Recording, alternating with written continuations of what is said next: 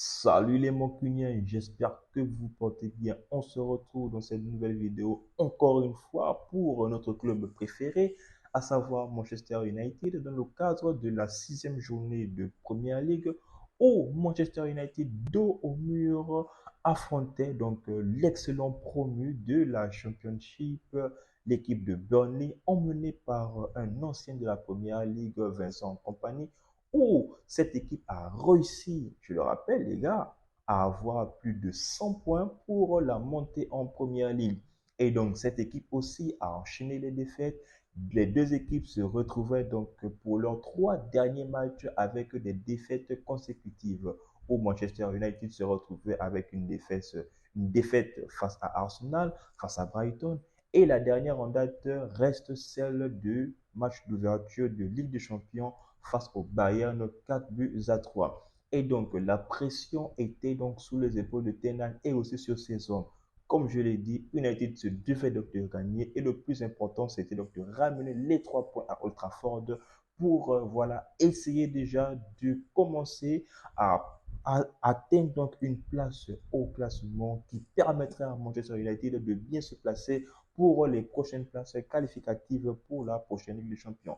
C'est vrai, ce n'est encore que le début, mais c'est dès le début qu'on doit prendre le maximum de points et avoir donc un maximum de goal à virage au moins sur le positif sur toute la ligne.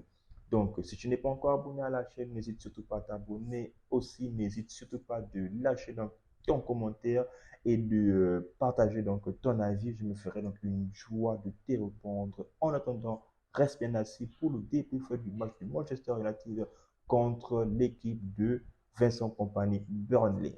Alors les gars, avant donc de commencer toute chose, nous allons d'abord nous attarder sur le classement qui, pour moi, je ne sais pas pour vous les gars, m'a complètement surpris. Un 4-2, un 4-4-2 en losange où l'on pouvait très bien retrouver notre gardien camerounais qui, même si lui aussi aujourd'hui fait face à de nombreuses critiques, et celui-ci, donc, tel un Camerounais, l'assume clairement. Il a dit face à notre dernière défaite que il prend l'entière responsabilité parce que les buts, surtout le premier but de Leroy Sané, était une erreur de sa part. Et donc la charnière centrale, les gars, était donc emmenée par Victor Lindelof et Johnny Evans. Très franchement, ça a été une charnière qui m'a vraiment fait peur. Heureusement que nous avons joué contre une équipe qui n'a pas des attaquants vraiment féroces. Au cas contraire, on se ferait vraiment catapulter et ce serait encore une autre avalanche de buts pour l'équipe adverse. Sur les côtés, on pouvait donc retrouver Reguilon qui supplée en même temps Shaw et Malassia, tous deux blessés. Et sur le côté droit, l'inévitable Diogo Dalot. Le milieu de terrain, Losange, était donc emmené par Casemiro, Bruno Fernandes donc sur le côté droit. Ensuite, on pouvait aussi retrouver McTominay pour accompagner Casemiro sur le côté gauche. Et donc, le meneur était le petit Hannibal Mejbri qui, de ma part, a fait une très belle performance. Le petit ne fait donc enchaîner. C'est donc le deuxième match où il enchaîne, du moins c'est sa première titularisation. Et celui-ci a encore sorti une belle performance. Contre Brighton, il a marqué le but, on va dire, de la honte pour Manchester United. Et là, il a sorti, comme je l'ai dit, une très belle performance de la part des Mancuniens. Et donc, les deux attaquants étaient donc emmenés par Marcus Rashford et notre Norvégien Rasmus Højlund. Eh bien, les gars, pour tous supporters de Manchester United, on sait tous aujourd'hui comment ça se passe. Manchester United est une équipe vraiment nonchalante. Manchester United est une équipe qui essaie tant bien que mal de jouer en contre, mais malheureusement avec des équipes très compactes, avec des équipes joueuses, a vraiment du mal à faire donc sa place dans l'élite. Si bien que la première période, les gars, est tellement nonchalante et en même temps les actions se font rares. Du moins, les actions se faisaient rares, que ce soit du côté de Manchester United ou du côté de Burnley. Donc, il faut donc attendre le bout de la 10e minute pour voir une excursion de l'équipe de Burnley qui vient donc titiller notre gardien André Onana, qui, pour ce match, a sorti un bon clean sheet, comme je l'ai dit, même si ce n'est que Burnley, mais c'est aussi bien pour la confiance et ça redonne encore un regain d'énergie au gardien Onana, voilà, qui est vraiment sous les projecteurs. Et comme il l'avait si bien dit à Manchester United, lorsque l'on joue pour ce club, on est tout le temps critiqué. Donc, United réussit vraiment à tenir la baraque du haut de la première mi-temps. Et voilà, encore une fois, sur un coup de déjeuner, parce qu'on ne va pas se cacher, les gars, Manchester United était non seulement nonchalant, mais aussi Manchester United ne se procurait aucune action. Si bien que l'unique action, du moins avant le but de Manchester United, du moins, a intervenu, voilà, sur un coup de pied arrêté, un corner magnifiquement bien tiré par notre latéral gauche, Reguilon. Malheureusement, donc le but a été annulé. Donc c'était un corner bien repris par Johnny Evans qui, pour sa 200e titularisation, d'après donc les commentateurs, celui-ci avait donc réussi à ouvrir la marque du côté de Manchester United. Mais comme voilà, Oyun était devant le gardien adverse, voilà, le VAR a estimé que celui-ci donc gênait le gardien. C'est la raison pour laquelle on a annulé le but de Manchester United. Chose que je ne comprends même pas pourquoi, parce que moi je pense qu'effectivement il y a but. Donc le gardien était lui aussi en train de jouer le ballon. Je ne pense pas qu'il était vraiment masqué par le but de Johnny Evans. Bref, le VAR a décidé donc encore une fois de pourrir la vie à Manchester United et le but de Johnny Evans a été annulé. Mais heureusement, c'est donc ce soir, c'était donc le soir de Johnny Evans qui a adressé, s'il vous plaît, un magnifique centre du pied gauche, les gars, vraiment du pied gauche pour notre capitaine Bruno Fernandes. Encore une fois, pour moi, je le dis bien, fort avec les faibles et faible avec l'effort. Donc, c'est vrai, une marque, un très beau but. C'est vrai, depuis qu'il est arrivé à Manchester United, c'est le joueur le plus décisif de Manchester United. Et aujourd'hui, Bruno Fernandes nous sort encore donc d'une impasse vraiment, on va dire, toxique parce que oui, voilà, Manchester United était vraiment dos au mur et Manchester United se devait de prendre ces 3 points-là et c'est une chose qui a été magnifiquement faite. Donc, retour donc pour les vestiaires. Manchester United entre en première mi-temps avec un but d'écart. Et en deuxième mi-temps, le même 11 a continué la période. Et c'est voilà, donc un joueur qui, de ma part, a encore essayer de couper les ballons ici et là. On le sait tous en tant que Mancunien. On le sait tous qu'aujourd'hui, Casemiro est un joueur indispensable, est un joueur vraiment clé pour Eric Ten Hag. On sait tous que c'est un joueur qui est vraiment délaissé par ses compères au milieu de terrain. D'autant plus qu'aujourd'hui, Bruno Fernandes était donc sur le côté droit, chose qui est vraiment, on va dire, inutile du côté de Manchester United lorsque ce joueur-là est aligné sur un côté. On sait tous que lui, c'est un joueur qui a donc de la vista, qui aime lancer parfaitement ses attaquants. Et voilà, aujourd'hui, il a eu une chance, il a frappé, je pense qu'il a juste essayé une frappe. Et celui-ci, voilà, a réussi à cadrer un très beau but, il faut le reconnaître, les gars.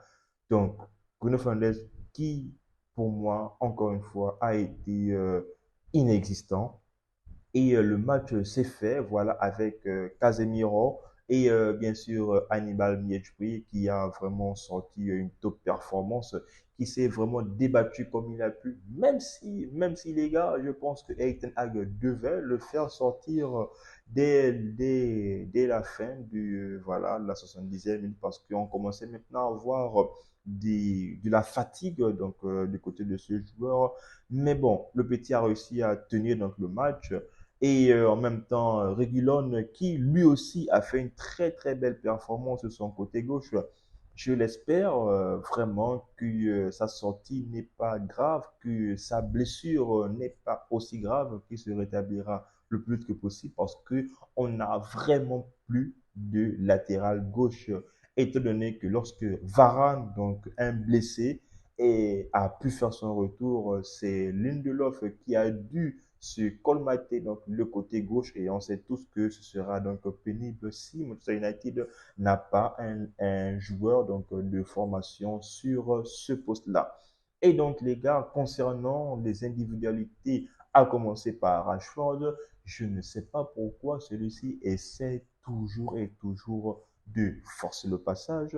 Rashford est un joueur, oui, c'est vrai, on ne le refuse pas. Il a terminé meilleur buteur de la saison dernière, mais aujourd'hui est une nouvelle saison. Comme dit lui-même le GOAT Cristiano Ronaldo, les buts, c'est comme le ketchup. Une fois que tu en mets un, ensuite, voilà, le bouchon a sauté et le reste, ça va complètement couler comme du n'importe quoi. Rashford essaie toujours de passer en force. On sait tous que il a la capacité de dribbler un, deux, trois joueurs, mais aujourd'hui, des joueurs de la première ligue étudient donc énormément les adversaires dangereux avec le ballon. Et on sait tous que Rashford est évidemment la star numéro un de Manchester United pour le moment, bien sûr.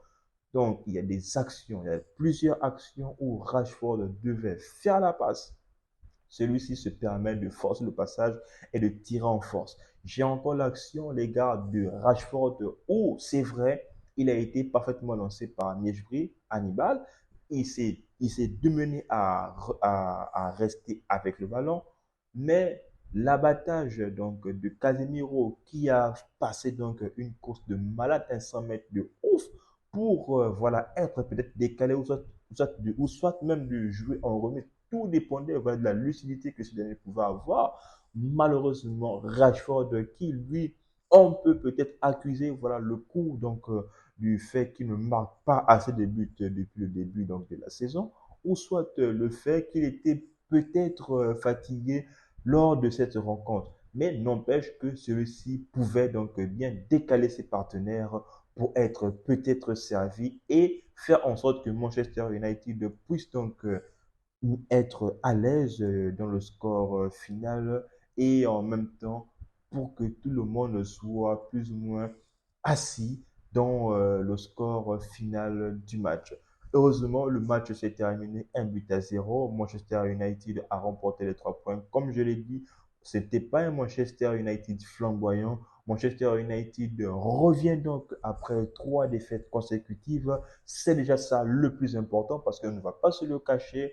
Après 6 matchs joués, on a réussi à prendre 9 points. C'est le plus important. Donc, la suite, c'est contre l'équipe de Crystal Palace donc, en Cup. Manchester va donc l'affronter donc, 2 fois en Cup et en championnat. Avant cela, pour le prochain match de Manchester United, évidemment, contre Galatasaray. Donc, les gars, c'était mon débrief de Manchester United. Comme je l'ai dit, a gagné enfin après ces défaites d'affilée et donc se replace à la 9e place donc, du championnat, revient donc à la première partie du tableau de la première ligue. C'est déjà donc de bon augure. Eric Ten Hag a fait donc part aux journalistes lors de sa conférence que Manchester United est une équipe qui doit se battre ensemble malgré les péripéties donc, qui tombent en ce moment sur Manchester United. Donc, on ne reviendra pas sur les déboires donc, extra-sportifs, mais on va juste rester sur l'essentiel, c'est-à-dire l'acquisition des 3 points que Manchester a eu contre Burnley et la suite des matchs au fur et à mesure.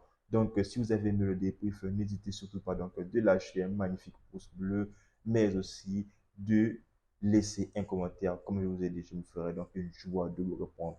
En attendant, les gars, on s'abonne, on reste en santé, tous nos crignels, les gars. Peace.